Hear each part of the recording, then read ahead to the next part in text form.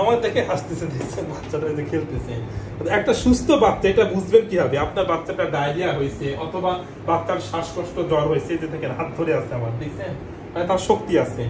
যদি ওটা ঘন বলতেছি, আপনার মেইন সমস্যা হচ্ছে পায়খানা ঘন ঘন করছে, তাই না?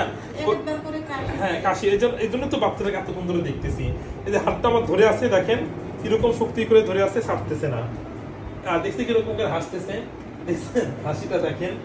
যদি মানে বাচ্চা দুর্বল হতো, হাসি তো দূরের কথা, মরা মতো করে থাকতো, এরকম করে খেলতো না। এই যে খেলতেছি বাচ্চার সাথে, এই যে খেলতেছি, বাচ্চা দেখেন যে টোন, হাতটা এরকম ধরে টেনে দিচ্ছে, মানে শক্তি আছে, যে রিসিভ করতে পারতেছে। আর এই যে ডিহাইড্রেশন গুলো কিভাবে দেখতেছি, যে ফন্টালি চারদিকটা ভিতর দিকে বসে যায় না, চোখগুলো একটু ভিতর দিকে বসতে বলতেছে, কিন্তু এটা স্বাভাবিকই। এই যে জিহ্বায় কিন্তু পানি আছে, দেখছেন জিহ্বায় যদি আমি হাত দিই তাহলে কিন্তু পানি পড়বে, কিন্তু যদি একটা বাচ্চা পানি শূন্য হয় তাহলে জিহ্বা একদম ড্রাই থাকবে, শুকনা থাকবে। এই যে স্কিনটা দেখেন এরকম করে টেনে ছেড়ে দিচ্ছি, চলে যাচ্ছে। যদি ঘুষ হয়ে থাকতো তাহলে বুঝতাম যে পানি শূন্যতা আছে। আর পায়খানা কতবার করতে, চারটা যে বেশি গুরুত্বপূর্ণ, প্রস্রাব কমে গেছে কিনা, একটু কমে যেতে পারে। যদি 8 ঘন্টা বা 6 ঘন্টার বেশি প্রস্রাব বন্ধ থাকে তাহলে এটা বুঝতে হবে যে বাচ্চা পানি শূন্যতা আছে। আপনার বাচ্চা আলহামদুলিল্লাহ ভালো আছে, এবং আপনার বাচ্চাকে খালি চোখে দেখতেছি কোনো প্রকার তার শ্বাসকষ্ট নাই।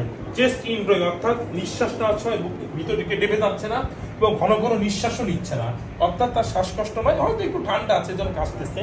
আর আমি এই যে বুকটা দেখতেছি, তাই বাইল্যাটারাল গুড এয়ার এন্ট্রি আছে, এবং হার্ট সাউন্ডটা নরমাল আছে, এবং আমরা স্বাভাবিক কয়েকটা আপনাকে পরামর্শ দিয়ে দিব, এতে ইনশাআল্লাহ আপনার বাচ্চা সুস্থ হয়ে যাবে। ঠিক আছে? আসসালামু আলাইকুম।